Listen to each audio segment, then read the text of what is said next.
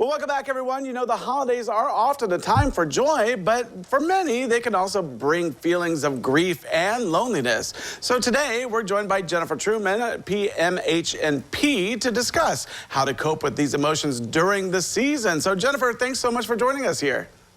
Yeah, any chance to help the community, I'm in. All right. So what are some of the reasons these emotions are so common during the holidays? So probably one of the biggest ones is memories, right? We're longing for something that we've had in the past that's not able to happen anymore. And that's a hard one. But then also society during the holidays puts this focus on togetherness. And that can make those who feel alone even more aware of their solitude. Right. So for those who may be feeling isolated without family or close friends nearby, what can they do to ease the loneliness during the holidays? Yeah, first thing I want to say is those emotions are valid. They're allowed to feel this way. Don't try to, it's not necessary to cover it up. Just be able to sit with those emotions and know that it's okay to feel the pain and the sadness and the grief. And then also seek support from family and friends. It's interesting. I was doing a little bit of research and found that people stop asking about your loss about a month afterwards, but you still have this desire to talk about it. So make sure that if you need to talk, that you're seeking support from family, friends, and even professionals if you need to. I would also recommend that you be careful about isolating. If it's what you need, okay, but just make sure that it doesn't become you're not isolating so much that it turns into despair. And then look for ways to serve in the community or get involved.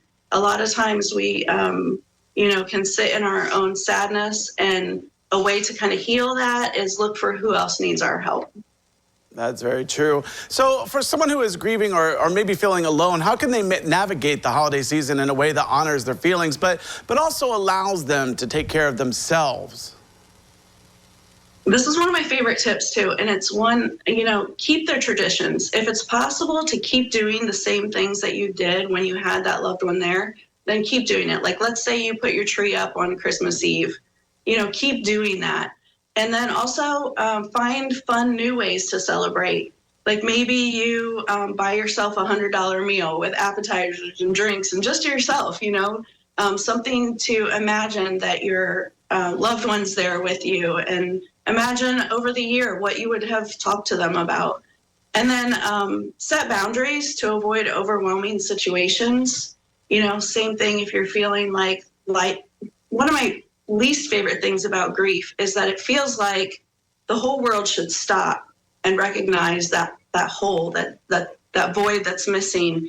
And so often the world just keeps going on as it should, but it feels awkward. So set boundaries to avoid situations where you're, getting more angry or depressed because the world is continuing, and do things in small spurts. Engaging in activities that bring you peace and having self-care is really important. And I heard this tip on a television show, so I apologize, this isn't medical advice, but I love it.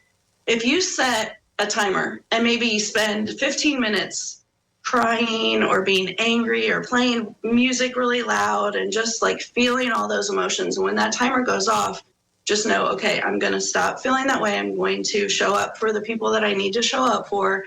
And then tomorrow I'll do the same thing. And so you know that you have that opportunity to sit in those emotions tomorrow as well.